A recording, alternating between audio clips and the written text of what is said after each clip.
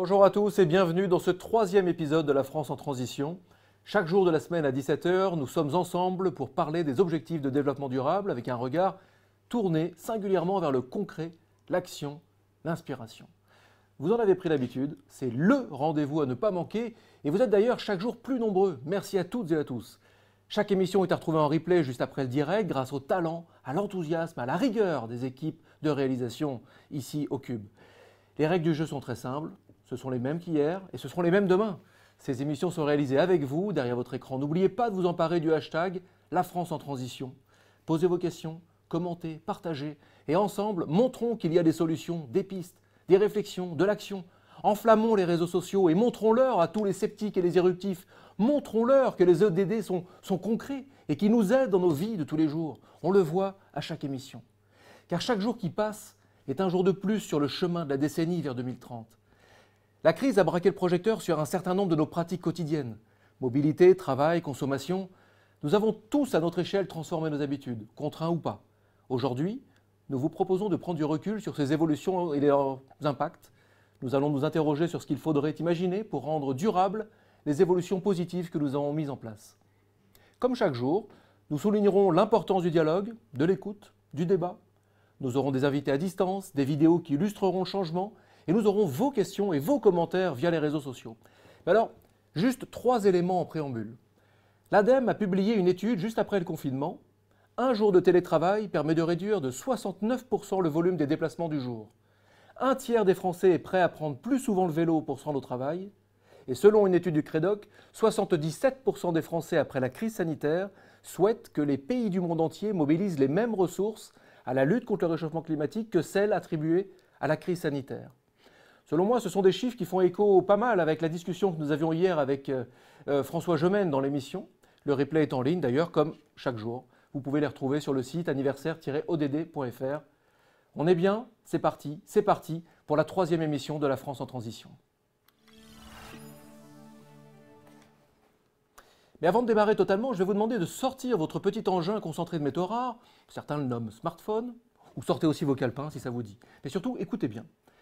Sur le site anniversaire-odd.fr, nous vous proposons de mesurer votre empreinte carbone. C'est un très bon outil pour se demander ce que nous sommes prêts à changer dans notre quotidien en matière de mobilité, de consommation, de vie numérique.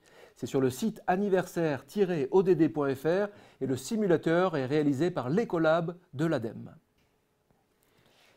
Et à l'heure où notre monde se transforme en profondeur sous l'effet de grandes mutations technologiques, économiques, sociétales, environnementales et politiques, les espaces urbains cristallisent tous les enjeux de notre développement futur. Nous avons beaucoup entendu parler du concept de la ville du quart d'heure. L'initiateur de cette idée, Carlos Moreno, n'a pas pu être parmi nous, mais j'ai pu m'entretenir avec lui à distance. Merci Carlos Moreno, pardonnez la qualité du son, mais le fond est bien là, on se retrouve juste après. Carlos Moreno, est-ce que vous pouvez nous expliquer en quelques mots ce que vous appelez la ville du quart d'heure, dont on parle beaucoup ces temps-ci? Merci beaucoup, Eloi, pour cette présence au 5e anniversaire des ODD et bravo. Et la ville du quart d'heure, par rapport aux ODD, c'est lutter pour le climat, donc ODD numéro 11. C'est également pour des villes plus sûres, plus résilientes, plus durables, l'ODD numéro 11.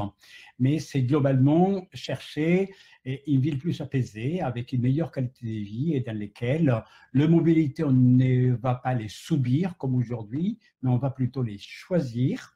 On s'attaque à la racine pour des mobilités qui sont soit un véhicule individuel polluantes, soit dans les transports des masses qui aujourd'hui sont difficiles avec le Covid. Et ces concepts, ils cherchent à offrir dans un rayon d'un quart d'heure à pied ou en vélo l'ensemble des services essentiels qu'on peut désirer pour permettre donc d'avoir une ville plus apaisée. C'est plutôt une ville polycentrique, la rupture avec un centre et des lieux spécialisés pour ouvrir la ville un peu partout et avoir des services un peu partout.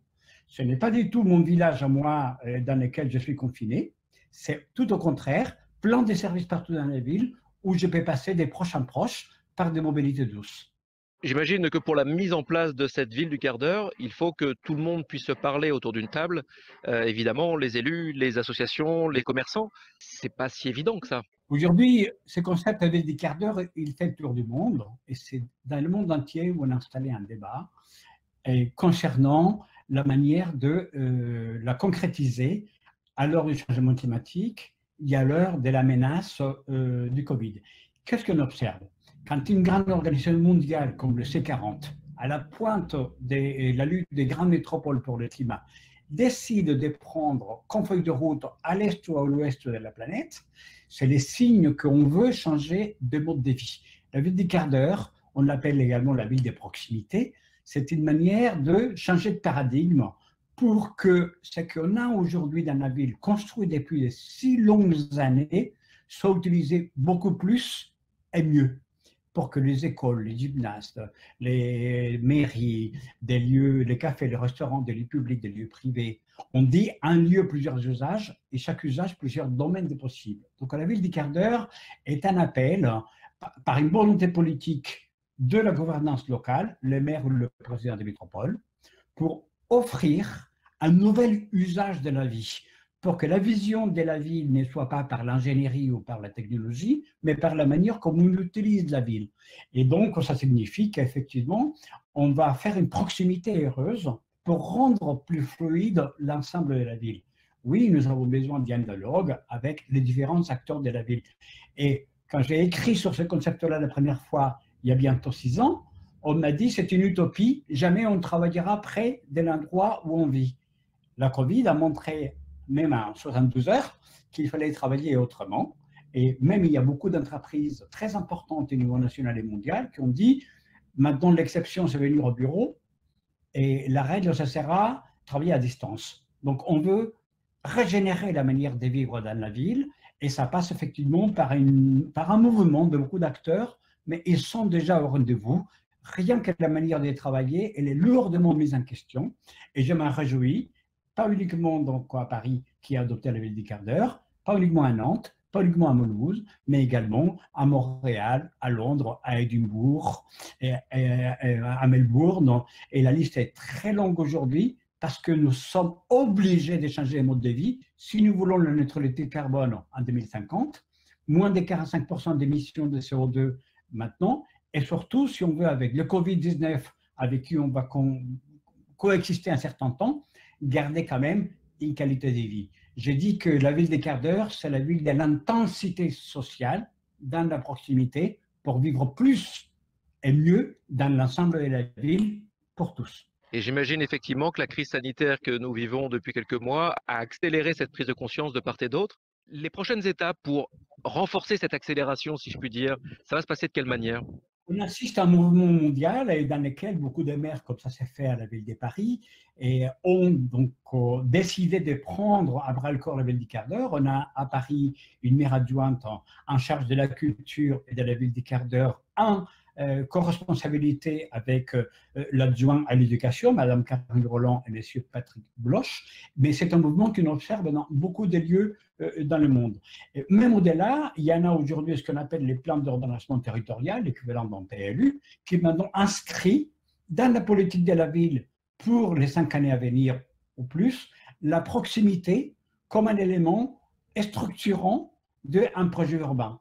Parce qu'autour des politiques de proximité, ça veut dire qu'on va faire de la végétalisation, on va apaiser les rues, on va changer les centres de circulation, on va éliminer les voitures diesel, on va offrir des aires de jeux pour des enfants à la place des rues, on va installer des lieux pour que le commerce accueille d'autres fonctions comme le recyclage, pour que le gymnase et les centres sportifs accueillent d'autres activités. Donc on est rentré dans une période extrêmement intéressante et pour moi extrêmement très heureux, qui est celle des master plans de la ville du quart d'heure. Il y a beaucoup de villes qui nous sollicitent.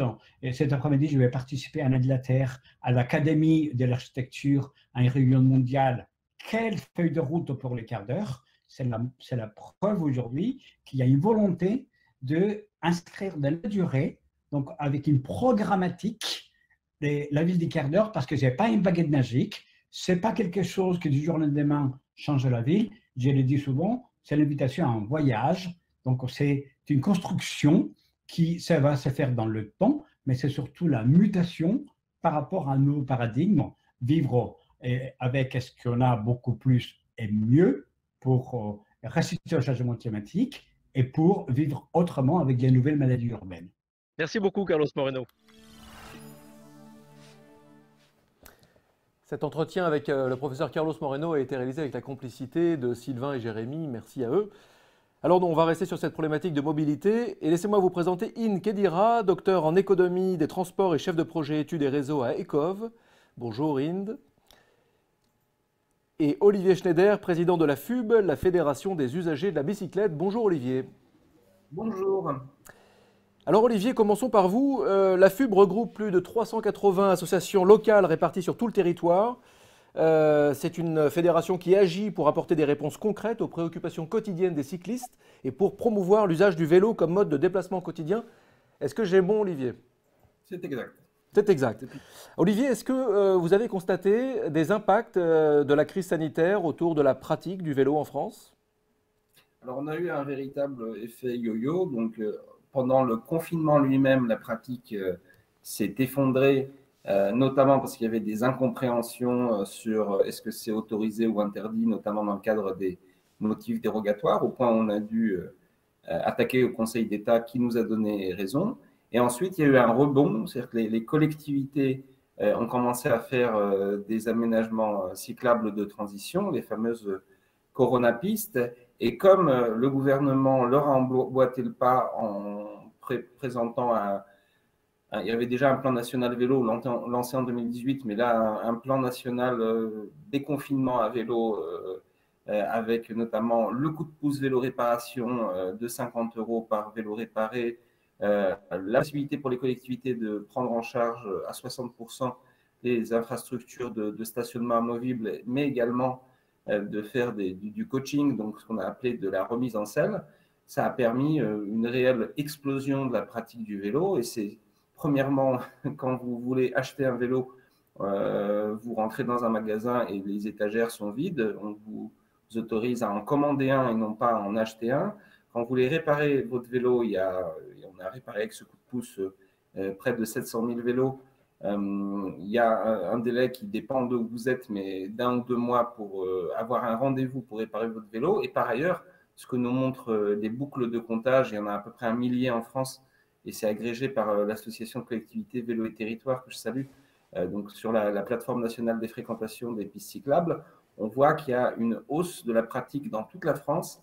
Et c'est important de souligner, c'est pas que en ville, c'est également dans les villes moyennes et dans le périurbain, mais également dans le rural, alors qu'habituellement, dans le rural, la pratique était plutôt à baisser chaque année. Donc oui, le déconfinement et le fait que le vélo a été reconnu à juste titre comme un geste barrière, parce qu'à vélo, on ne pollue pas, on n'aggrave pas la qualité de l'air, donc on ne contribue pas à ce que les personnes atteintes de Covid soient davantage malades. Et par ailleurs, on est soi-même protégé.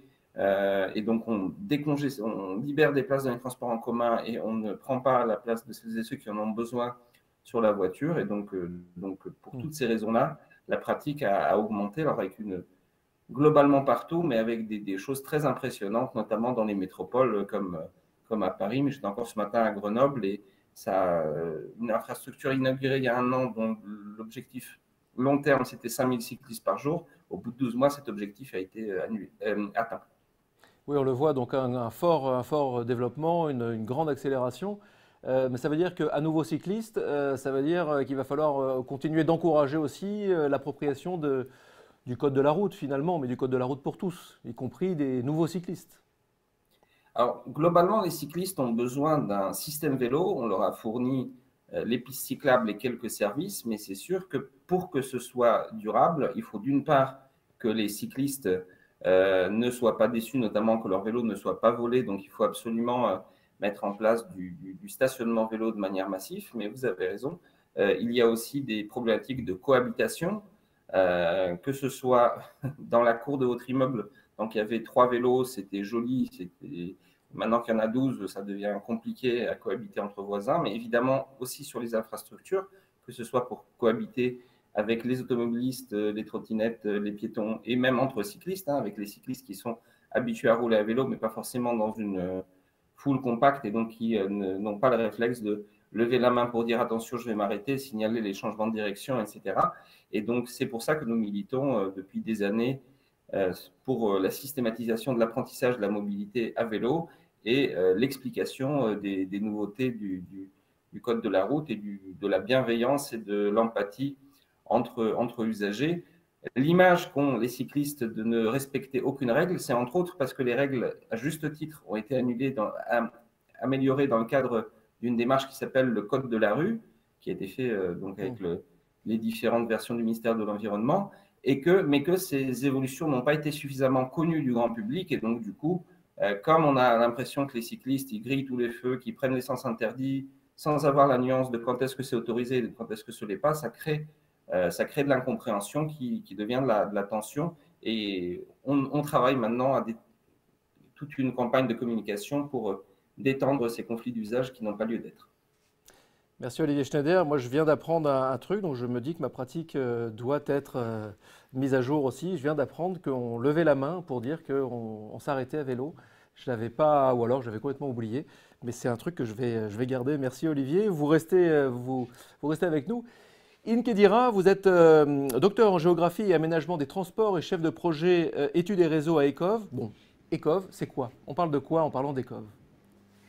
Alors, bonjour. ECOV, c'est une start-up de l'économie sociale et solidaire et notre métier, c'est opérateur de lignes de covoiturage. Ça veut dire qu'en fait, on conçoit et on exploite des lignes de covoiturage. Donc, nos lignes, elles font d'une dizaine de kilomètres à 40-50 kilomètres et elles sont structurées en arrêts. À ces arrêts se retrouvent des conducteurs et des passagers pour covoiturer, sans s'être donné rendez-vous avant, sans avoir réservé, donc c'est totalement en temps réel. Et nous, ce qu'on fait, c'est de mettre en œuvre toutes les conditions pour faire de la voiture un transport collectif. Donc en gros, il y a les lignes de bus, les lignes de tram, les lignes de métro, etc. Il y a des lignes de covoiturage, c'est tout à fait possible. Et ça veut dire que pour mettre en place tout ça, il faut beaucoup parler avec les collectivités, forcément, et puis un peu avec tout le monde. Tout à fait. Et ça, vous ne rencontrez pas de difficultés là-dessus? Vous en êtes où de votre déploiement, ECOV? Alors, nous, on travaille avec les collectivités. En fait, on accompagne un certain nombre de collectivités, donc à la fois sur leur réflexion globale sur la mobilité en territoire peu dense, donc des territoires périurbains, des territoires ruraux. On sait que c'est des territoires où la dépendance à la voiture est tout de même plus forte. Et ce n'est pas toujours évident de trouver la bonne solution, la solution adaptée aux besoins des habitants. Et donc, on accompagne les collectivités pour trouver des solutions, donc à la fois celles que nous, on met en œuvre, mais également dans la réflexion plus large. Et donc, nous, on met en œuvre un certain nombre de solutions, donc nos lignes, bien évidemment, et également, on est amené petit à petit à travailler sur des solutions de premier, dernier kilomètre pour accéder à nos lignes, donc du vélo par exemple ou des trottinettes. Et on accompagne aussi les collectivités sur des démarches de mise en place de structures de transport solidaire. Et donc, on en est où de notre développement? Ça fonctionne plutôt bien. On a de plus en plus de collectivités qui sont intéressées par les solutions qu'on propose. Donc nous, notre cœur de métier, c'est l'expérimentation de lignes de covoiturage. Et on vient encore d'ouvrir 2 réseaux, autour de Grenoble, dans le Voironnais, dans le Grésivaudan et dans la plaine de l'Ain. Donc on peut penser que les normes de distanciation sociale, les gestes barrières, etc., ça pouvait être un frein finalement à la pratique du covoiturage. Et finalement, non, ça n'a pas pour autant freiné?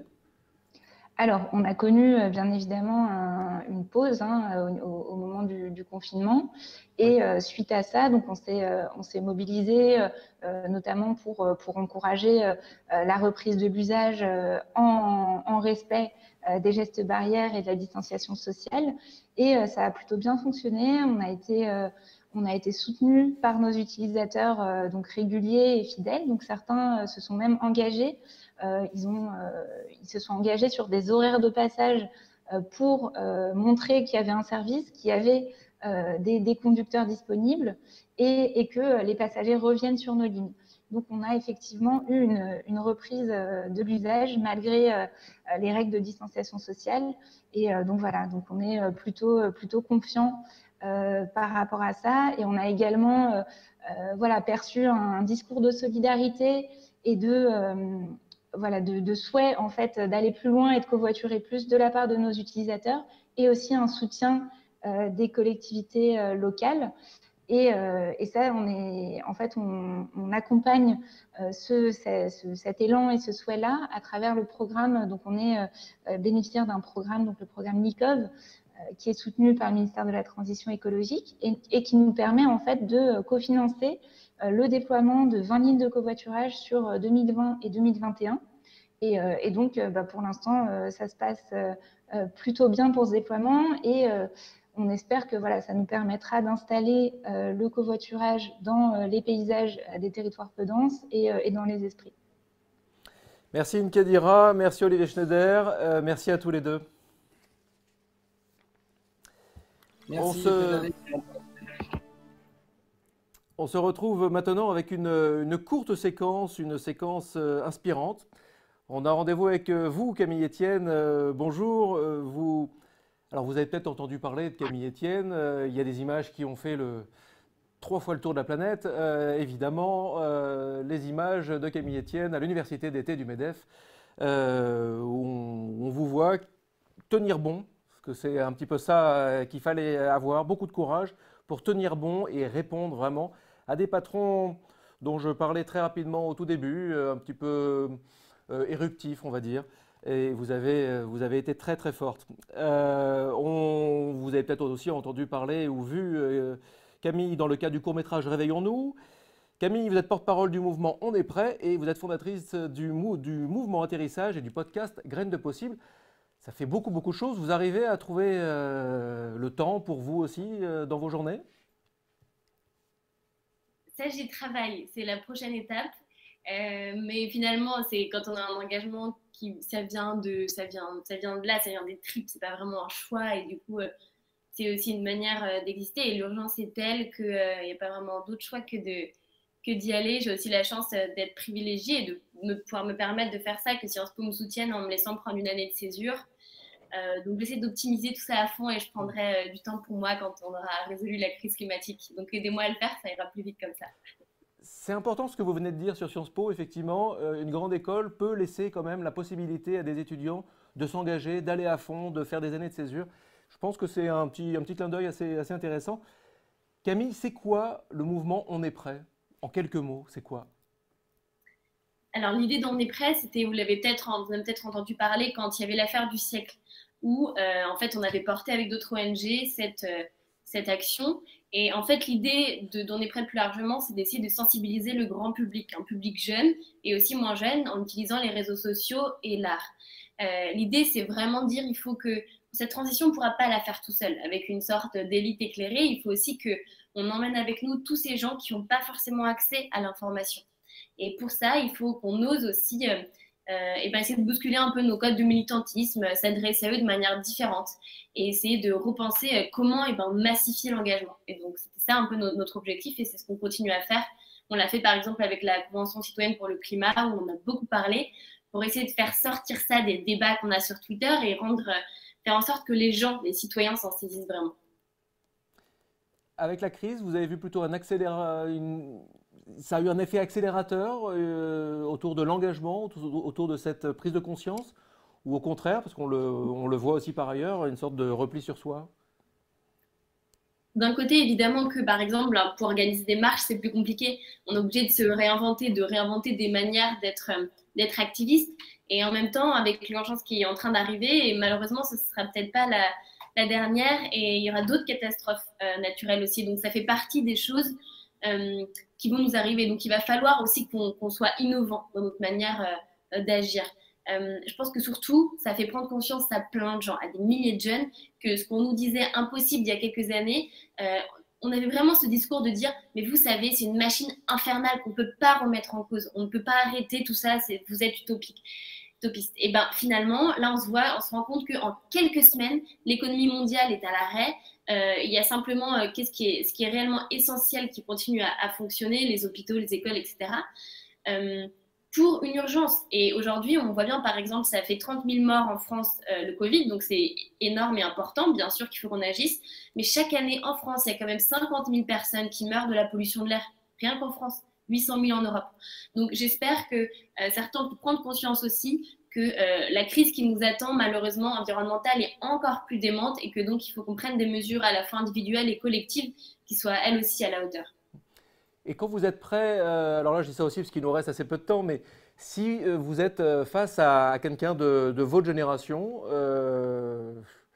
à quelqu'un de 20 ans quoi en gros, là vous avez 30 secondes, donc il faut savoir choisir les mots, lui il vous accorde 30 secondes, vous lui dites quoi pour qu'il se bouge?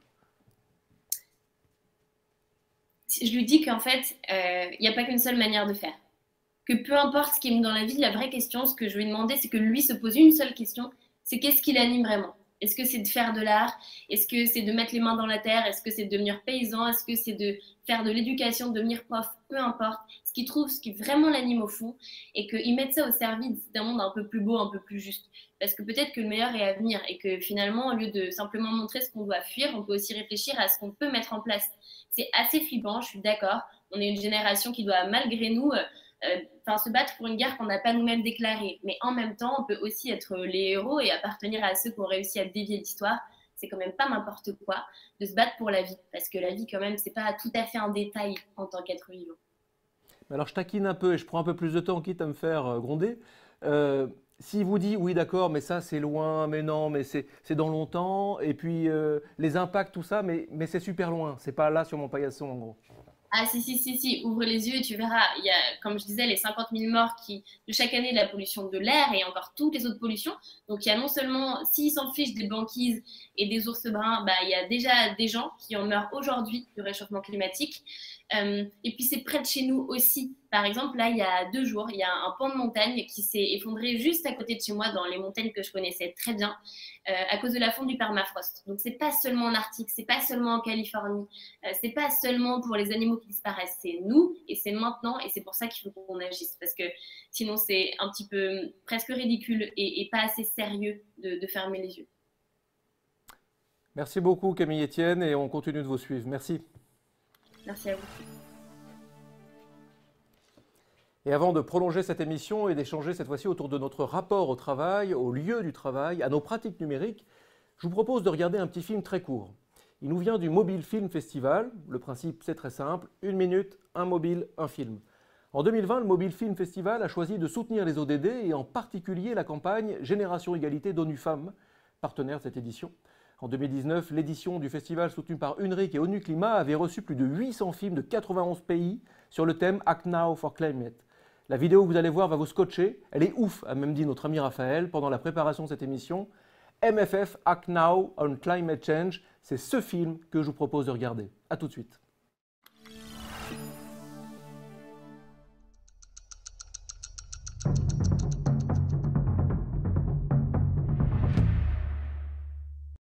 Cette journée avait pourtant bien commencé. C'était pendant une pause. Sous un soleil éclatant, avec la nature comme amie.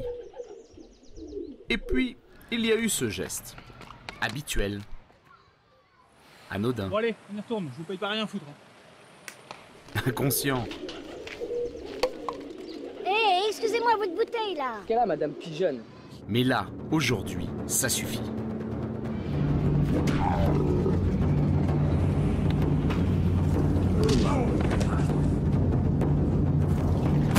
Mais soyons honnêtes, ça, c'est ce que vous auriez voulu faire.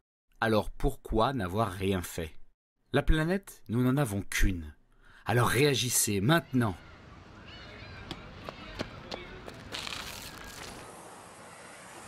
Eh patron, vous oubliez pas quelque chose? Excusez-moi.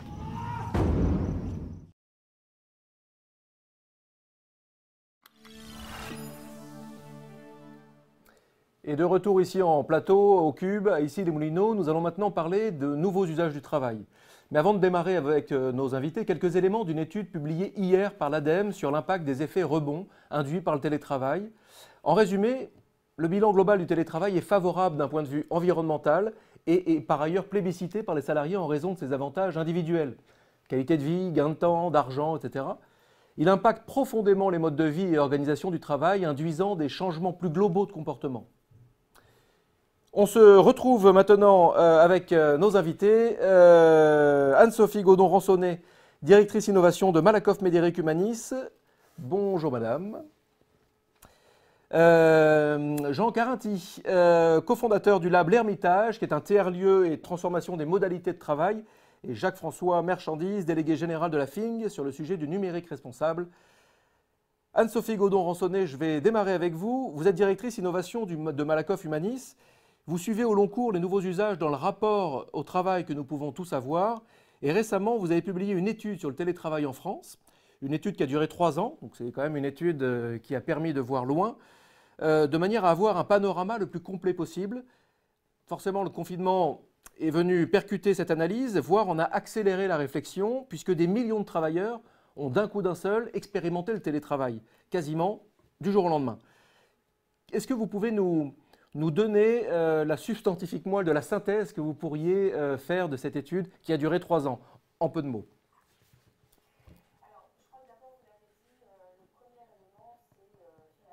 Cet effet de masse, aujourd'hui, on a à peu près 50% des salariés du secteur privé qui ont connu le télétravail, soit parce qu'ils le pratiquaient avant, soit parce qu'ils l'ont découvert. Donc ça, c'est la première chose. Et peut-être aussi, ce qui s'est passé pendant le confinement, c'est qu'on a vu le télétravail se démocratiser. Donc c'est plus seulement le sujet finalement des cadres ou des managers en Île-de-France, dans les services et dans les grandes entreprises, mais c'est aussi finalement une forme de travail pour de nombreux salariés dans la France entière.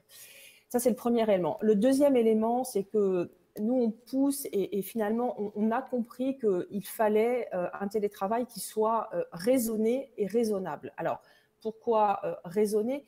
Parce que dans télétravail, il y a travail, hein, et donc le télétravail n'est qu'une forme d'organisation finalement parmi d'autres. Donc il faut d'abord penser le travail, d'abord penser son organisation et ensuite seulement se poser la question de la place du télétravail dans l'organisation du travail.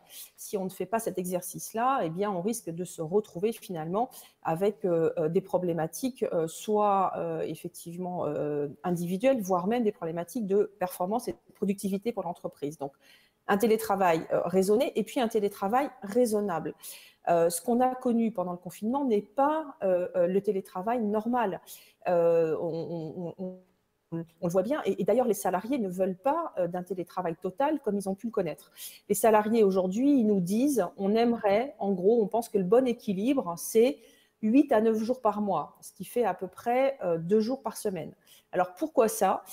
Eh bien parce que s'il y a des bénéfices, et vous les avez cités, il y a aussi quelques risques liés au télétravail, des risques d'abord pour la santé physique, hein. On a des conditions de travail qui ne sont pas celles qu'on a au bureau. Très peu de salariés ont un espace pour pouvoir travailler, ce qui rend aussi compliqué la séparation des temps de vie. Donc, des risques physiques, des risques psychiques, parce qu'on a du mal à séparer nos temps de vie pro et perso, parce que souvent, on a donc des journées qui deviennent plus longues, parce que la charge de travail est parfois plus importante, et puis parce qu'il y a cet isolement social. Les salariés en télétravail, même si les liens ont été maintenus pendant cette période de confinement, eh bien, les salariés ont envie d'avoir des contacts physiques avec leurs collaborateurs et c'est important pour le bon fonctionnement de l'entreprise. Voilà, donc un télétravail raisonné, un télétravail raisonnable pour maximiser les bénéfices et notamment ceux que vous évoquiez sur l'environnement, maximiser aussi potentiellement des bénéfices sociétaux. Le télétravail peut permettre l'accès au travail de personnes qui potentiellement se verraient donc refuser le travail. Je pense notamment aux salariés handicapés ou à des personnes qui sont en maladie longue durée et qui ont envie malgré tout de garder un peu le travail. Voilà, donc des bénéfices, des risques et donc un télétravail raisonnable. Est-ce que vous pensez que la crise va transformer en profondeur ce rapport que nous avons, justement, cette nouvelle manière de travailler ? Alors, les salariés le pensent, les salariés français le pensent, le disent. Ils pensent qu'il y aura un avant et un après. Je pense qu'effectivement, ça va avoir laissé des traces. Maintenant, je pense qu'il faut faire attention à ne pas céder trop rapidement à la demande sociale qui est là, qui est forte. 90% des salariés qui ont télétravaillé veulent poursuivre le télétravail. Donc, il y a vraiment une demande sociale forte. Je pense qu'il faut prendre un peu de temps pour justement penser le travail, son organisation et la place du télétravail avant de prendre des décisions. Et par exemple, dans un groupe comme le nôtre, on réfléchit d'abord à faire en sorte que peut-être un peu plus de salariés finalement télétravaillent plutôt que d'étendre le nombre de jours, même si parfois, encore une fois, la demande est là. J'ai plein de questions qui arrivent. Vous pouvez les poser sur le chat, bien sûr, sur le site anniversaireodd.fr ou même sur les réseaux. N'oubliez pas, j'en profite pour partager, commenter, témoigner, pourquoi pas, votre relation au travail sur le hashtag La France en transition. Les questions, je vais les poser un petit peu après, mais j'en ai, elles m'arrivent ici. Je vais les poser. Jean Carinti, bonjour Jean Carinti, vous êtes cofondateur de l'Ermitage. Alors c'est un tiers-lieu, mais c'est vous qui, en 2 mots, allez pouvoir mieux l'expliquer que moi. C'est quoi l'Ermitage ? Bonjour, merci de votre accueil. Un tiers-lieu, c'est un espace où, entre des activités collectives, des activités professionnelles, des activités non professionnelles, peut-être plus intimes, se joue une relation nouvelle. Donc un tiers-lieu, ça vient plutôt du monde anglo-saxon au départ, historiquement. Ce sont des espaces aussi où la médiation sur des nouvelles formes d'activités comme le numérique ont été au cœur des innovations. Et donc, alors, vous avez cofondé le Lab L'Ermitage, mais alors c'est quoi le Lab L'Ermitage? C'est un tiers-lieu particulier, j'imagine? Oui, c'est un tiers-lieu rural.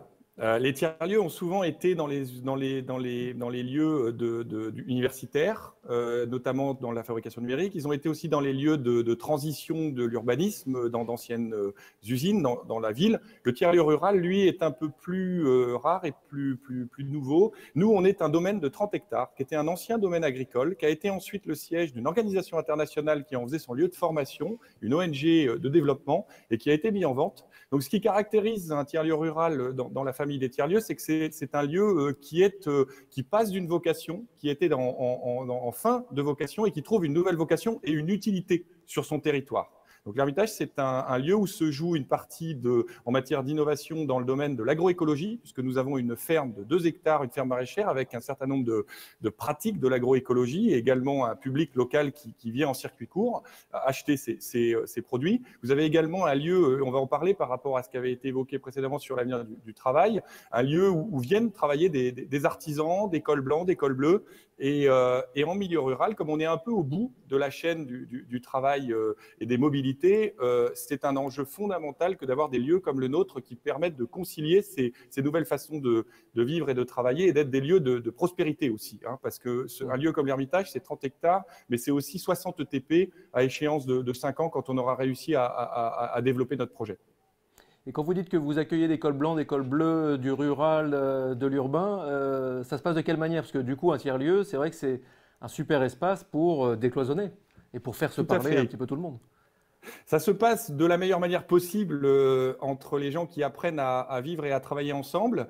Vous avez donc des gens qui sont spécialistes de fabrication numérique, des gens du monde des Fab Labs, des artisans, des gens du fer, des gens du bois.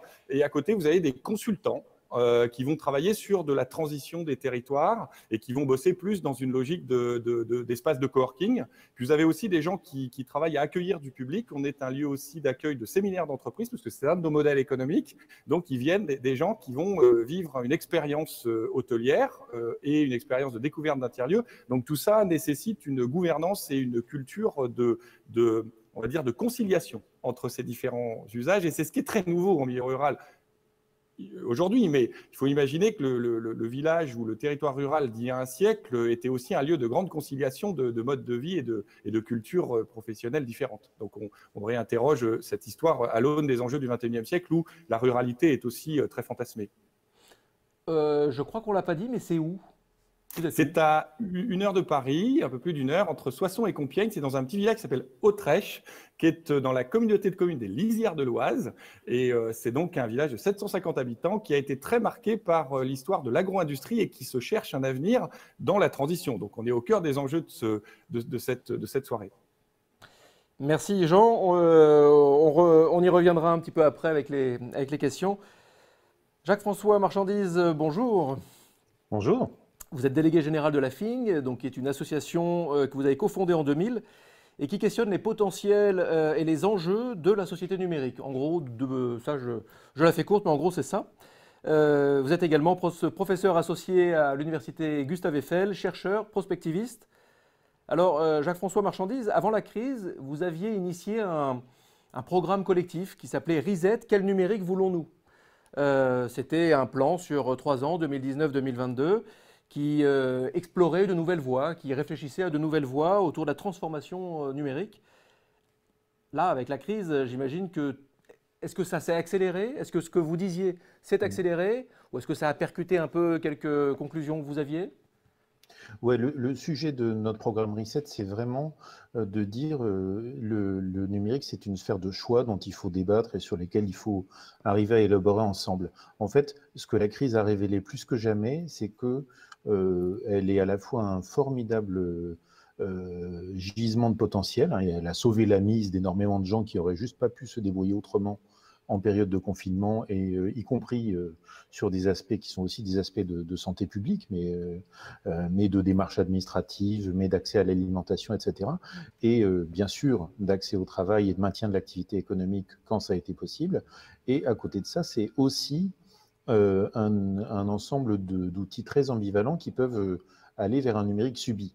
Et ce qu'on constatait, c'est que beaucoup de nos usages du numérique sont des usages contraints et que progressivement, si on ne s'y prend pas bien, le numérique nous amène dans le champ du travail, par exemple, plutôt vers le 19e siècle que vers le 21e. C'est-à-dire qu'on est en train de revenir doucement au travail à la tâche, à une description du travailleur comme prestataire tout à fait extérieur de l'entreprise, à tout un ensemble de points qu'Anne-Sophie Godon a soulevés, comme les risques de dissolution du collectif, etc. Et que donc, le numérique, ça se travaille. Et donc, où sont nos espaces de choix? À quels endroits il faut éviter d'aller vers un numérique subi qui nous impose, par exemple, du télétravail subi, qui est une chose épouvantable. Et à quels endroits, au contraire, on arrive à réinventer, par exemple, les mètres carrés et le lien entre les temps et les espaces du travail dans la société de demain. Il y a aussi un thème que l'on a vu émerger, alors accéléré ou pas avec le confinement, je ne sais pas, mais c'est le thème d'un numérique responsable. C'est comme si on avait tous pris conscience que le numérique devait prendre aussi sa part parce qu'il avait un impact assez solide sur les dégâts. Oui, c'est ça. Et en fait, moi, je ne suis pas tellement partisan de dire il y a la transition numérique, parce que le numérique n'est pas un horizon. En revanche, le numérique est structurant, il est tout un ensemble de dispositifs qui traversent la société, ce qui veut dire que si on ne s'y prend pas bien dans les choix de ces dispositifs, dans les intentions qui sont encapsulées dedans, on peut tout à fait perdre la main. Et si on veut appuyer sur la touche Reset, c'est notamment la même raison pour laquelle je suis heureux de fêter l'anniversaire des ODD, c'est que le numérique d'aujourd'hui n'est pas du tout aligné sur les ODD. Nous sommes en train de faire un numérique qui est incompatible avec le monde de demain. Dans le monde de demain, nous avons des ressources plus limitées, nous avons tout un ensemble de pressions qui pèsent sur les humains et nous avons besoin d'un partage de la valeur tout à fait différent et nous avons besoin d'un numérique qui nous met en capacité. Ce que révèlent les situations de crise, par exemple, c'est que si nous sommes en position de pur subissant, ça se passe mal et que potentiellement, dès qu'on est dans une pure dépendance au lointain ou une pure dépendance à des acteurs qui ne vont pas pouvoir réparer les dispositifs numériques très complexes dans lesquels on vit, intervenir sur tout un ensemble de choses sur lesquelles on dépend d'une logistique mondialisée, etc., ça va mal se passer. Donc potentiellement, un des points clés de notre approche collective sur Reset, c'est d'aller vers un numérique des capacités humaines. Je vais passer rapidement aux questions. J'ai une question pour vous, Jacques-François Marchandise.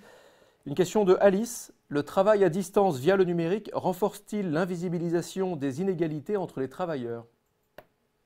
Alors, invisibilisation, ça dépend complètement des organisations. Il y a des organisations dans lesquelles, au fond, les situations de travail à distance vont aussi permettre d'y voir plus clair sur tout un ensemble de difficultés.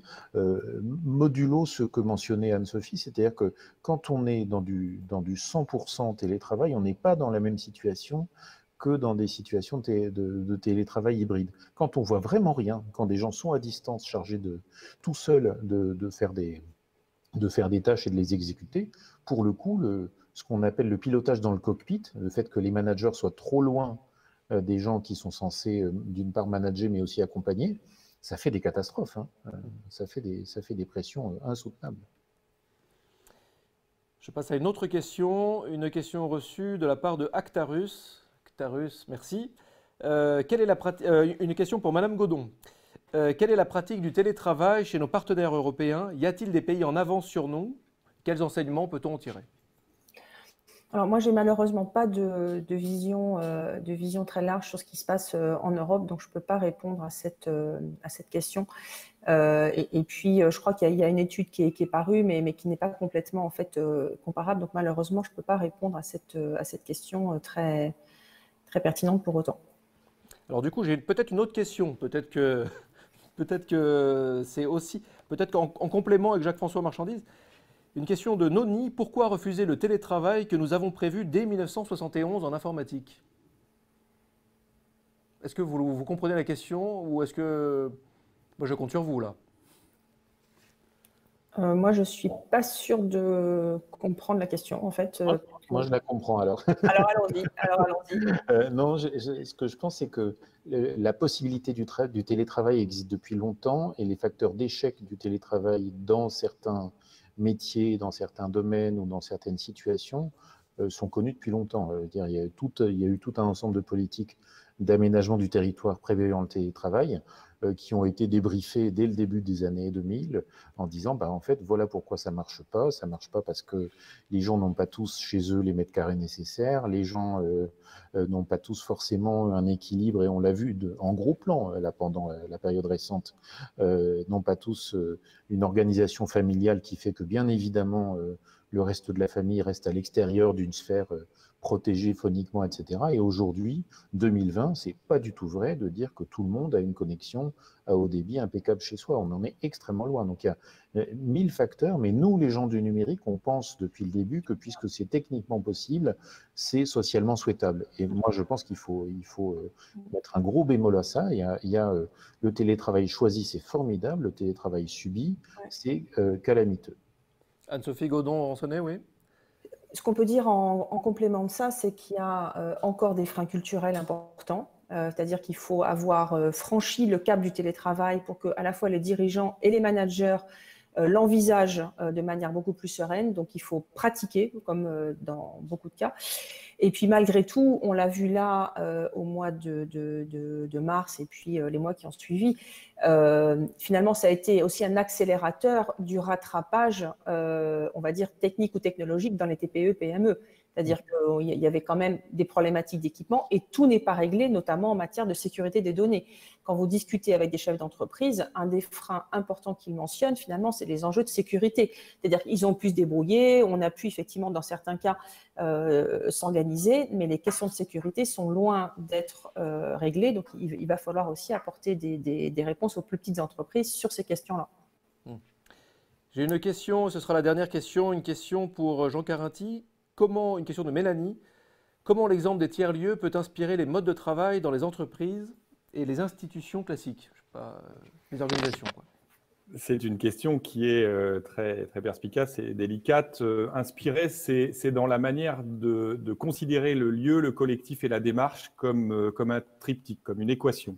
Quelque chose qui caractérise les tiers-lieux très fortement, c'est cette relation entre la symbolique d'un lieu qui est choisi collectivement avec un destin, un groupe de personnes qui s'y sentent partie prenante, qui s'y sentent actifs et qui s'y sentent en gouvernance, et puis une démarche qui est celle de quelque chose de plus grand que soi. Donc, si on arrive à recréer ce lien dans les entreprises et dans les administrations entre les lieux où les gens travaillent, les gens avec lesquels ils travaillent et le travail qu'ils font sont alignés, je crois que les tiers-lieux peuvent jouer un rôle intéressant. Et en milieu rural, je fais un clin d'œil à tous les tiers-lieux qui existent en milieu rural. Les bâtiments dans lesquels ils sont des bâtiments qui ont beaucoup à dire au passé du travail. Les usines, les anciennes structures collectives de travail. Je vous donne juste un exemple. Une ferme au début du siècle en Picardie, c'était 120 collaborateurs pour 100 hectares. Aujourd'hui, c'est plutôt un collaborateur pour 500 hectares, les grandes fermes. Donc, on est sur quelque chose où on interroge le symbolique même du travail dans les tiers-lieux, en disant que si l'homme ne retravaille pas sur la Terre dans l'intérêt de notre planète, les objectifs du millénaire les ont bien évoqués, alors clairement, les lieux dans lesquels nous travaillons n'auront plus de sens. On pourrait développer très fortement cette symbolique et ce sens. Et là, les tiers-lieux ont quelque chose à partager avec les collectivités, avec les entreprises. Nous, dans la crise, on a été aussi un lieu de gestion de crise. C'est-à-dire qu'on a, grâce aux outils dont on dispose, organisé des relations entre les besoins, fabrication de masques, travail sur des respirateurs artificiels. On a imaginé un respirateur artificiel, on a fait des prototypes. Enfin, les tiers-lieux sont des lieux qui peuvent apporter beaucoup dans la réintégration du rapport de l'homme au travail au XXIe siècle. Et moi, j'espère qu'il y aura énormément de tiers-lieux qui vont émerger en rural comme en urbain. Merci Jean Carinti, merci à vous trois, merci d'avoir participé à cette émission. Et bon anniversaire la FING. Je vous propose de regarder maintenant une petite vidéo produite par Energy Observer Solutions. Vous connaissez, on vous en a parlé en début de semaine, cette plateforme digitale qui met en lumière des solutions locales. Voici un nouvel épisode. Alors, je ne vous en dis pas plus, mais ça s'appelle La Caverne et puis vous allez évidemment comprendre pourquoi. À tout de suite.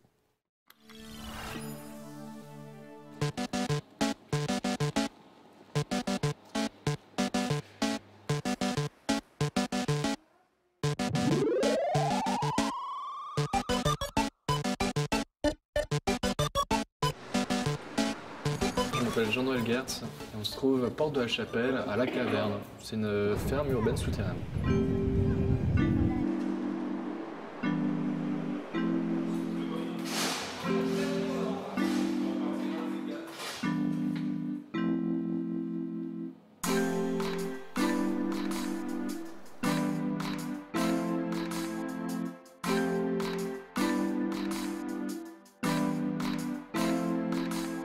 On reproduit les conditions de l'automne ici en permanence toute l'année. Et le parking, c'est un lieu idéal pour faire ça. Il y a une très grande inertie thermique, c'est-à-dire que la température varie très peu tout au long de l'année, entre 10 et 20 degrés toute l'année. Donc c'est particulièrement écologique et peu énergivore comme type de culture en souterrain.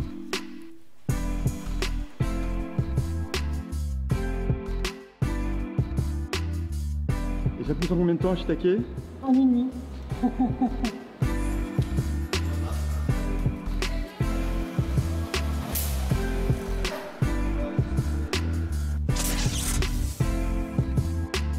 C'est mes filles, je les plante, je les vois pousser au bout de 21 jours, je vois comment elles sont belles. Je m'appelle Yvan. J'étais agent d'accueil encore il y a 3 mois de cela à Gare du Nord. Mais c'est vrai que c'était bruyant, anxiogène. Écoutez, on entend rien. Alors notre spécialité, c'est les souterrains. Voilà, c'est les superstructures en béton armées des années 70, 90, 2000 qui sont abandonnées.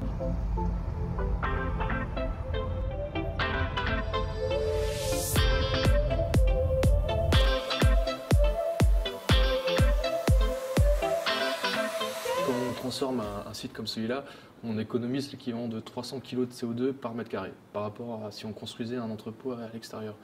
On économise les terres arables, on participe à la densification de l'espace urbain.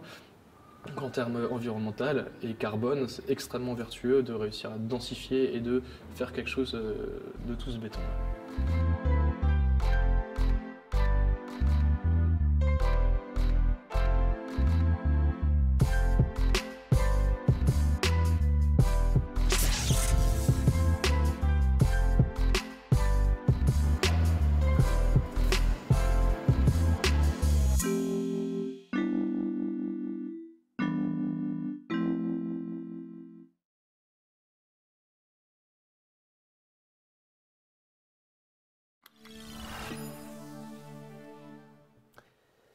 Et de retour en plateau au Cube, à ici les Moulineaux.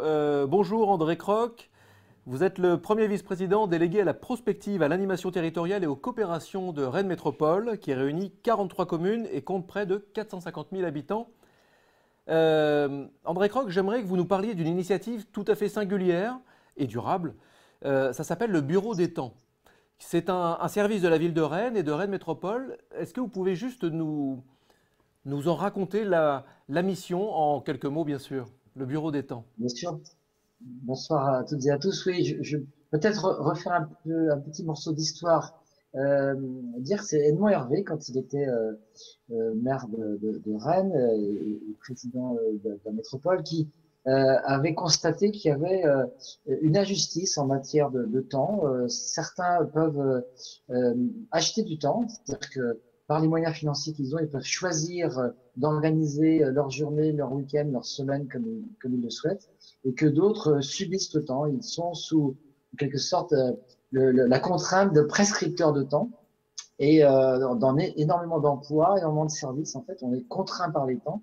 Et Edmond Hervé a eu cette idée tout à fait pionnière d'analyser ces phénomènes et aussi pour pouvoir agir sur les temps. Et il considérait que c'était un élément également de cohésion sociale. Mais alors pour une métropole, concrètement, parce que c'est un service de la ville et de la métropole, je le rappelle, à Rennes, quels sont les enjeux que vous rencontrez au quotidien dans le Bureau des temps? Alors je vais l'illustrer par quelques exemples. D'abord, c'est de bien comprendre les phénomènes et ensuite d'être capable d'agir. Alors, bien analyser les phénomènes, ça nécessite effectivement de faire de l'observation, de mener les études qui permettent de repérer notamment ce que sont les prescripteurs de temps et comment on peut modifier finalement et agir sur le temps. Et je vais donner au moins deux exemples qu'on connaît bien à Rennes. Le premier, ça concerne les métiers du nettoyage. En fait, on se rend compte que énormément d'espaces n'ont pas été conçus pour être nettoyés autrement que tôt le matin ou tard le soir. Ce qui fait que vous avez, alors, je sais que c'est très net dans les transports publics, notamment dans les grandes métropoles, où on voit des bataillons de salariés qui démarrent très tôt le matin ou rentrent très tard le soir, notamment ne sont pas avec leur famille, ne sont pas auprès de leurs enfants, parce que tout simplement, les locaux ont été conçus pour qu'ils ne puissent être nettoyés que le matin et le soir. Et bien, quand on a pensé l'hôtel d'agglomération de Rennes Métropole, on a fait en sorte de comprendre d'abord pourquoi on prescrivait finalement ces temps décalés pour le nettoyage et comment on pouvait agir et notamment reconsidérer les espaces, notamment reconsidérer les surfaces pour, par exemple, plus particulièrement, éviter de passer l'aspirateur, qui est toujours bruyant, et donc qui crée du désordre dans l'activité des plateaux tertiaires. Et donc là, on a intégré en fait des sols, conçu des sols qui permettent d'être nettoyés en journée. Et du coup, ce qui permet aux agents, les entreprises qui assurent ces opérations, de ne pas avoir à être dans des temps totalement décalés, et notamment auprès de leurs enfants, auprès des leurs le soir. Alors, autre exemple, c'est celui de l'hyperpointe dans le métro.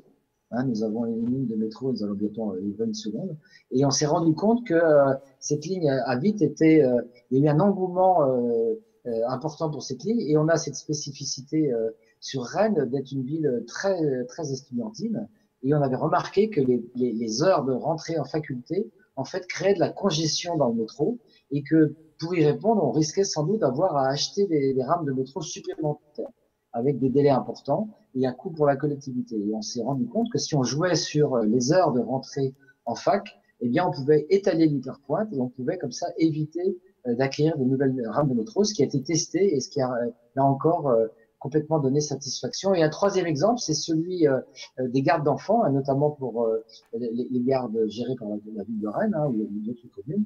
Et on se rend compte qu'il faut de la flexibilité dans les plages horaires parce que sinon, eh bien, la garde d'enfants est pleine une contrainte. Et là, c'est la ville qui devient un prescripteur de temps par les horaires qu'elle fixe sur ces garderies municipales. Et donc là, l'idée, c'est d'élargir les plages, évidemment, pour que les familles puissent s'organiser plus confortablement.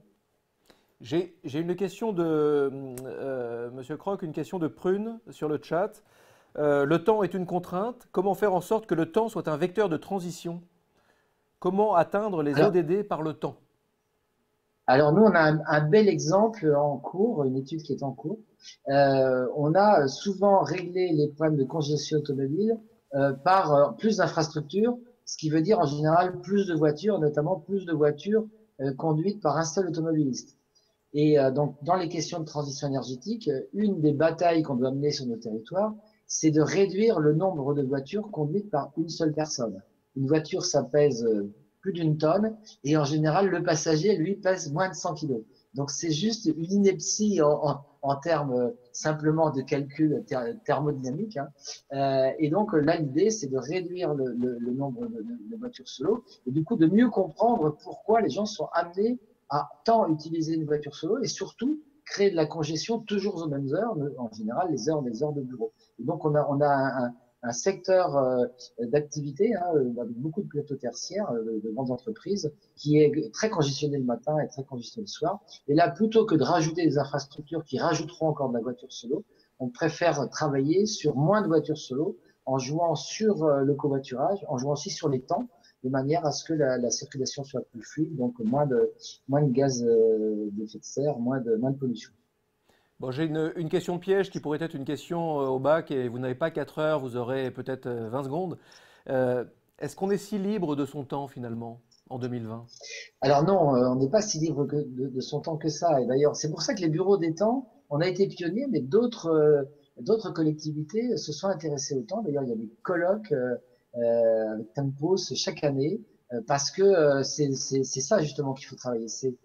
Finalement, la vraie liberté, c'est d'être totalement libre de son temps.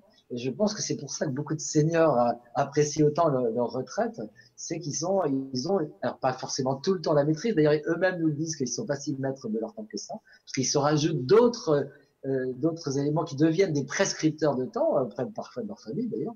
Mais on sait bien que finalement, lorsqu'on a beaucoup d'activités, on est sous la contrainte de prescripteurs de temps. Et c'est intéressant d'ailleurs de retourner le sujet et de voir qui sont nos prescripteurs de temps et pourquoi finalement on accepte souvent d'être finalement dans cette logique de je ne suis pas libre de mon temps, mais je me laisse prescrire en fait mon emploi du temps, mais mon organisation. Je vous remercie en tout cas André Croc d'avoir accepté les conditions et les contraintes de temps qui étaient imparties à ce petit exercice pour l'émission. Merci beaucoup, on pourrait en parler pendant des heures et prendre vraiment le temps de parler du temps. Merci André Croc. Alors juste un mot pour vous dire quand même, parce qu'au tout début de l'émission, on a lancé un sondage. On a lancé un sondage et vous pouvez retrouver le bilan des réponses sur le site. Les réponses vont peut-être vous surprendre, alors on va voir des schémas arriver, vont peut-être vous surprendre. Vous allez peut-être passer par toutes les couleurs de l'arc-en-ciel, ou je sais pas, mais à la fin, vous aurez des vraies pistes d'action, des vraies pistes concrètes. Parce que c'est toujours important de savoir d'où on part pour affiner un petit peu sa propre trajectoire. Globalement, je suis prêt à diminuer ma consommation de viande. Vous êtes plus de la moitié à dire OK. Banco, on y va. Le point suivant était plus, donc c'était plus sur la viande, c'était, alors là je vais tout de suite vers le gros chiffre bien sûr, vous retrouverez sur le site tous ces visuels. En termes de mobilité, vous êtes 37,14% à dire que vous avez déjà changé vos habitudes de mobilité au quotidien et en vacances. Expliquez-nous, racontez-nous, témoignez, dites-le sur le hashtag, donc sur Twitter, sur le hashtag La France en transition, mais même en commentaire sur tous les réseaux où vous nous regardez, que ce soit au bureau, chez vous, dans le bus ou au stade. Le slide suivant qui est la dernière question, je vais tout de suite sur le gros chiffre, 56%. Je suis prêt à remplacer mon matériel personnel, téléphone portable, ordinateur, etc., télé, moins souvent. Là, je dis chiche, par exemple, sur les téléphones portables. Est-ce que réellement vous êtes prêt à ne pas le changer tous les ans, voire tous les 2 ans? Chiche, allons-y. Retrouvez, vous pouvez continuer bien sûr de participer à l'écolabel de l'ADEME, le sondage pour calculer votre bilan carbone, et puis retrouver les résultats du sondage que nous avons ouvert tout à l'heure sur anniversaire-odd.fr. Alors, cette émission n'est pas encore terminée, loin de là. Laissez-moi vous présenter nos prochains invités. Rim Trabelsi, bonjour Rim. Vous êtes cofondatrice de Clear Fashion. Fabien Vermeau, cofondateur de Touki. Et puis Fanélie Carré-Comte, secrétaire générale d'Enercop. Voilà nos 3 invités. On va commencer avec vous, Rim Trabelsi. Qu'on soit mordu de shopping ou pas, la crise sanitaire nous a tous fait un peu nous interroger sur notre dressing. Bon, parfois c'est tout petit, mais il faut quand même faire le tri. Parfois c'est énorme et puis on repousse toujours à demain. Et là, clairement, on est en plein cœur des ODD, on est dans la consommation responsable. Rim Trabelsi, en quelques mots, parce qu'on l'a bien compris après le propos d'André Croc, le temps nous est vraiment compté. Clear Fashion, c'est quoi? Oui. Alors, bonjour à tous, je suis la cofondatrice de Clear Fashion. Donc, lorsque vous achetez un vêtement, vous ne savez pas où, par qui et dans quelles conditions il a été fabriqué. Pourtant, le secteur de la mode, en fait, regorge de problèmes, notamment du travail forcé, travail des enfants, pollution, gaz à effet de serre ou encore maltraitance animale. Nous, chez Clear Fashion, notre mission, c'est de permettre à tous de s'informer pour acheter des vêtements de manière éco-responsable et ainsi faire évoluer le secteur dans le bon sens, c'est-à-dire vers une mode éco-responsable. Donc nous, ce qu'on a créé, c'est une application mobile qui existe depuis maintenant 1 an. On évalue près de 250 marques, donc Adidas, Levi's, Uniqlo, Petit Bateau, Carole et j'en reste, il y en a énormément, sur 4 thématiques: les conditions de travail, l'environnement, la santé et le bien-être animal. Vous pouvez aussi découvrir les marques qui sont bien notées sur Clear Fashion. Vous pouvez aussi demander à ce que les marques participent et soient plus transparentes. Donc aujourd'hui, on est déjà plus de 150 000 utilisateurs, donc consommateurs, à s'informer avant d'acheter. Et on a déjà réussi à convaincre plus de 150 marques, petites, grandes, internationales, nationales, à informer les consommateurs sur leurs pratiques. Et ça fait bouger le secteur vers une mode plus transparente, plus éco-responsable. Hier, je crois que c'était vraiment hier, vous fêtiez votre premier anniversaire. Et à cette occasion, vous avez interrogé vos utilisateurs et vous en avez sorti une sorte de bilan d'impact. En quelques minutes, c'est quoi les grands enseignements de ce bilan d'impact? Oui, exactement. Donc, ça fait 1 an et pour cette occasion, on s'est dit qu'il fallait qu'on mesure l'impact de Clear Fashion. On commençait à le sentir.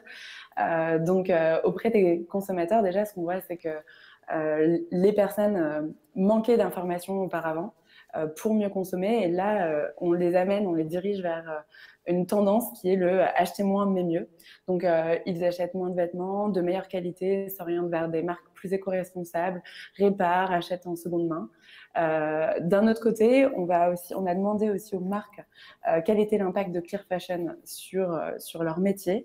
Et là, c'est très important pour nous parce qu'en fait, on est convaincus chez Clear Fashion que c'est grâce au pouvoir des consommateurs, à la demande des consommateurs, qu'on va faire évoluer les marques et donc l'ensemble du secteur. On observe déjà, au bout d'1 an, que 3/4 des marques qui ont participé sur Clear Fashion ont déjà une prise de conscience de ces enjeux environnementaux, sociaux, à la fois auprès des employés, mais aussi auprès des dirigeants. On leur a permis aussi de faire un état des lieux des pratiques et donc d'identifier les actions à mener en priorité pour améliorer leur impact, enfin en tout cas réduire l'impact environnemental par exemple. Donc certaines de ces marques recrutent de nouvelles personnes pour gérer ça. Et on voit qu'il y a déjà des changements de pratiques. C'est le cas notamment de Petit Bateau qui a par exemple cessé de travailler avec un des fournisseurs qui ne voulait pas leur donner des garanties sur le bien-être animal. Merci, Rim. Et donc, oui. Merci. J'imagine que les enseignements, on peut les retrouver en vous suivant, en suivant Clear Fashion, bien sûr, sur les réseaux. Merci à vous. Fabien Vermot, vous êtes cofondateur de Touki. Alors, Touki, c'est quoi, Fabien? Bonjour à tous. Donc, je suis cofondateur de Touki. Touki, c'est une application mobile qui se veut être un city guide durable et responsable sous forme d'app mobile qui vous permet de limiter votre impact écologique lors de vos loisirs, vos sorties ou vos voyages en ville. Donc concrètement, on propose aussi bien des hôtels, des restaurants, des activités, des commerces et des moyens de transport intramuros pour limiter vraiment votre impact quand vous souhaitez vous déplacer pour une sortie en amis ou pour un week-end en famille ou entre amis dans une ville française, puisqu'on est essentiellement sur la France pour le moment. On est lancé depuis déjà 2 ans, disponible sur iPhone et sur Android. C'est une application gratuite et qui permet à tout un chacun de participer à la vie de cette communauté, puisque chacun peut poster ses propres lieux. Et après, chaque lieu est soumis à une modération au sein de l'équipe pour s'assurer qu'il respecte bien nos critères de sélection, puisqu'on en a défini 5 pour que ce soit vraiment clair pour chaque utilisateur quand il veut trouver un restaurant ou un hôtel. Et du coup, on a défini ces 5 critères, tout ce qui soit aux côtés du local, du côté bio, écologique, équitable ou solidaire. Et depuis 2 ans, on a déjà plus de 600 adresses à peu près 20 000 utilisateurs et on couvre déjà Paris, Lyon, Marseille, Bordeaux. On a commencé à ajouter également des adresses durant l'été à Nice, Brest. Donc, on continue à grossir. On a vraiment vu un changement, une prise de conscience depuis le confinement sur ce côté voyage et tourisme beaucoup plus éco-responsable et durable. Les prochaines étapes, en 2 mots, c'est quoi pour Tuki? Alors, c'est de permettre du coup de valoriser toujours plus cette offre développement durable au sein d'une zone d'activité urbaine ou périurbaine. Donc, en essayant de travailler avec les offices de tourisme et de permettre d'être un nouvel outil pour mettre en avant toute cette offre qui existe, puisqu'il y a énormément de lieux qui existent, puisque les 600 lieux, rien que sur Paris, en fait, on a commencé à Paris il y a 2 ans. Rien que sur Paris, on en dénombre plus de 200. Donc, il y a vraiment une vraie offre et c'est vraiment de permettre d'accéder à cette offre plus facilement et plus aisément, tout en étant très clair sur l'engagement de chaque lieu. Merci Fabien, merci beaucoup Rim, merci à tous les deux. Et je vous propose maintenant de regarder une courte vidéo qui va illustrer parfaitement la nouvelle donne en matière de consommation, en matière de nouvelle consommation. En effet, choisir d'acheter éthique, c'est pas si simple, surtout quand on n'est pas bien accompagné pour bien comprendre toutes les petites lignes, toutes les étiquettes. C'est ce que propose Moral Score. Et regardez la vidéo et puis vous en saurez bien plus que ce que je pourrais vous dire.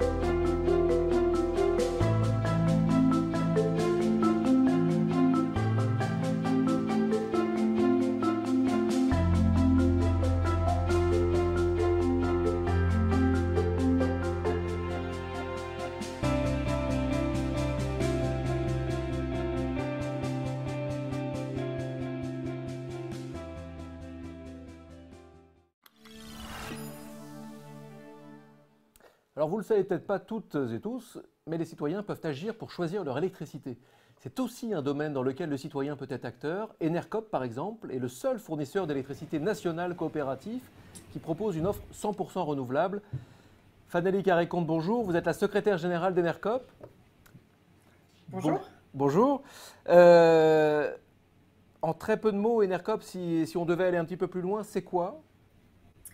Donc, Enercop fête ses 15 ans cette année. Et donc, Enercop, comme vous l'avez dit, c'est le seul fournisseur d'électricité nationale 100% renouvelable et coopératif. Donc, notre promesse, c'est que nous garantissons en fait chaque année que l'équivalent de la consommation de nos clients est approvisionné en énergie 100% renouvelable. Aujourd'hui, nous avons plus de 90 000 clients sur l'ensemble de la France. Et pour faire ça, eh bien, nous contractualisons en direct avec plus de 300 producteurs indépendants d'énergie renouvelable. Et donc, nous garantissons à nos clients une traçabilité de ce qu'ils financent à travers leur facture d'électricité. Donc, ils peuvent connaître les producteurs qui sont rémunérés et ils peuvent connaître les projets d'énergie renouvelable qu'ils contribuent à soutenir. Et puis, notre grande particularité, c'est un modèle coopératif, c'est-à-dire que chez Enercop, il n'y a pas d'actionnaires à rémunérer, mais il y a en fait des sociétaires investis dans le projet, plus de 50 000 aujourd'hui sur toute la France, qu'ils soient consommateurs, producteurs, salariés, partenaires ou collectivités locales. et ils décident ensemble des grandes orientations stratégiques. Et donc la finalité, ce n'est pas de faire du profit, mais c'est bien d'accélérer la transition énergétique. C'est quoi les prochaines étapes pour Enercop? Parce qu'effectivement, 15 ans, gros développement, de plus en plus de sociétaires, donc là il faut continuer. Et jusqu'où? Oui, il y a beaucoup de perspectives, mais je vais peut-être en citer quelques-unes en lien avec les objectifs de développement durable, puisque c'est le sujet de l'émission. Donc, pour œuvrer aux objectifs de développer une énergie propre et lutter contre les changements climatiques, nous voulons continuer à soutenir des nouveaux projets de production d'énergie renouvelable, et en particulier des projets qui sont portés et détenus par des citoyens et des collectivités locales, parce que ce sont des projets qui ont des impacts beaucoup plus forts sur les territoires et sur leurs habitants que les projets qui sont portés par des seules entreprises privées.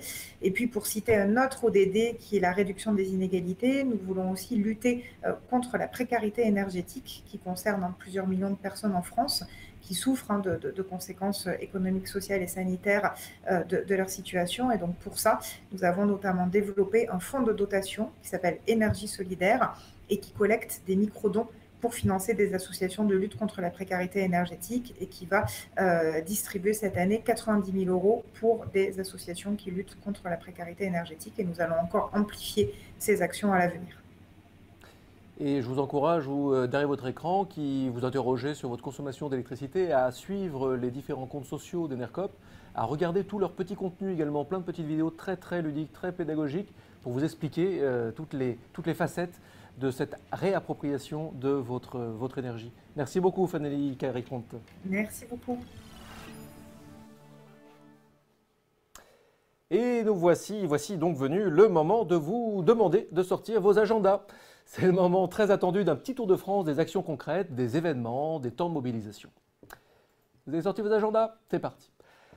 La Fonda a lancé hier un jeu coopératif, Faire Ensemble 2030, fondé sur la résolution de défis en lien avec les cibles des ODD. Les joueurs incarnent chacun un personnage, acteur clé de l'agenda 2030, et 3 défis leur sont soumis. Un à l'échelle locale, un autre à l'échelle nationale et un dernier à l'échelle internationale. Chaque défi est documenté par des données clés et correspond à la cible d'un ODD. Et les joueurs ont 1 heure pour résoudre ces défis en construisant en commun une solution. Vous pouvez commander le jeu Faire Ensemble 2030 et le guide d'animation sur le site de la Fonda. Moi, je vais le faire en tout cas. Le comité 21. Le comité 21, nous en reparlerons demain, mais aussi vendredi dans nos émissions. Mais sachez que le comité 21 a mis en place un webinaire pour nous parler, nous raconter, nous décrypter ce fameux Tour de France des ODD. Et demain, dans l'émission, Sarah Schoenfeld, la directrice du comité 21, nous en dira bien plus. Si vous êtes au Havre demain, jeudi et après-demain, vendredi, vous ne pourrez évidemment pas manquer le Forum international des villes et territoires positifs organisé par l'Institut de l'économie positive. Il sera question des territoires qui, nous le disons dans chacune de nos émissions de la semaine, sont en première ligne pour réinventer le monde. Et puis un petit clin d'œil avec l'émission d'hier autour de la solidarité, que vous pouvez d'ailleurs retrouver en replay sur le site anniversaire-odd.fr, j'avais envie de vous parler de France Volontaire. France Volontaire met en valeur toute cette semaine la contribution de volontaires de solidarité internationale à travers une campagne sur les réseaux sociaux. Vous pouvez suivre les comptes de France Volontaire, vous pouvez aller également sur leur site, vous pourrez ainsi retrouver différents témoignages stimulants, plein de vitalité. Et je crois que demain, oui c'est sûr, demain jeudi 24, vous avez rendez-vous avec Cécile. Cécile travaille sur la mise en place d'un écoquartier au Chili dans ce cadre franchement formidable du volontariat solidaire international. Une autre annonce, si vous êtes à Chaumont, oui, Chaumont, vous avez bien de la chance, car de 1, c'est vraiment une très belle ville, et de 2, il y a la projection du film Why We Cycle. Une trentaine de personnes explorent les effets du vélo sur eux-mêmes, sur la société en général, et vous serez surpris d'ailleurs par certains bienfaits pointés par des citoyens, des bienfaits qui vont au-delà du sport, de l'économie ou de la santé. Je ne vous en dis pas plus, il faut aller voir le film. Il y aura un débat avec Michel Vernus, le président de l'association régionale Vélo et Mobilité Active Grand Est. Puis peut-être que Olivier Schneider de la FUB y sera, bien sûr. Et puis si vous êtes enfin à Aix-en-Provence, dans le sud-est demain, je signale la présentation de la plateforme Fruit and Food, où il sera question de l'innovation. C'est entre 16h et 19h à la Technotech. Alors c'est quoi Fruit and Food? Eh bien c'est une place de marché virtuelle qui permet de donner, de vendre, d'acheter des surplus de fruits, des surplus de légumes aux jardiniers amateurs.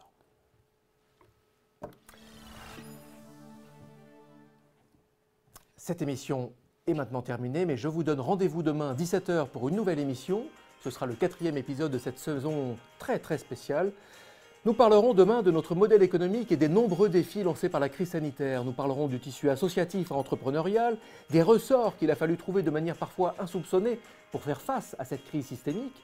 Nous aborderons le rapport que nous avons au travail, au territoire, à l'emploi. Et vous ne devrez absolument pas manquer la carte blanche que nous allons donner à Tariq Shekshak sur le biomimétisme et l'économie contributive. Merci à vous tous qui avez suivi cette émission sur les différentes plateformes, à vous qui avez posé des questions, qui avez participé au débat sur les réseaux sociaux. Merci au Cube d'accueillir cette semaine très spéciale. Merci à nos invités qui nous ont permis d'aller plus loin sur un certain nombre de sujets. Merci à la communauté des acteurs des ODD qui s'agrandit un peu plus chaque jour. Merci. Merci à l'équipe organisatrice dans son ensemble et notamment le ministère de la Transition écologique, le CGDD et 22e siècle. Merci à nos amis des Rendez-vous du Futur, Hello Asso, Ashoka France, Make Sense, Convergence, Park News, le festival Le Temps Presse, 22e siècle qui ont diffusé cette émission. À demain, 17h pour un nouvel épisode. À tout de suite sur les réseaux et n'oubliez pas, nous sommes la France en transition.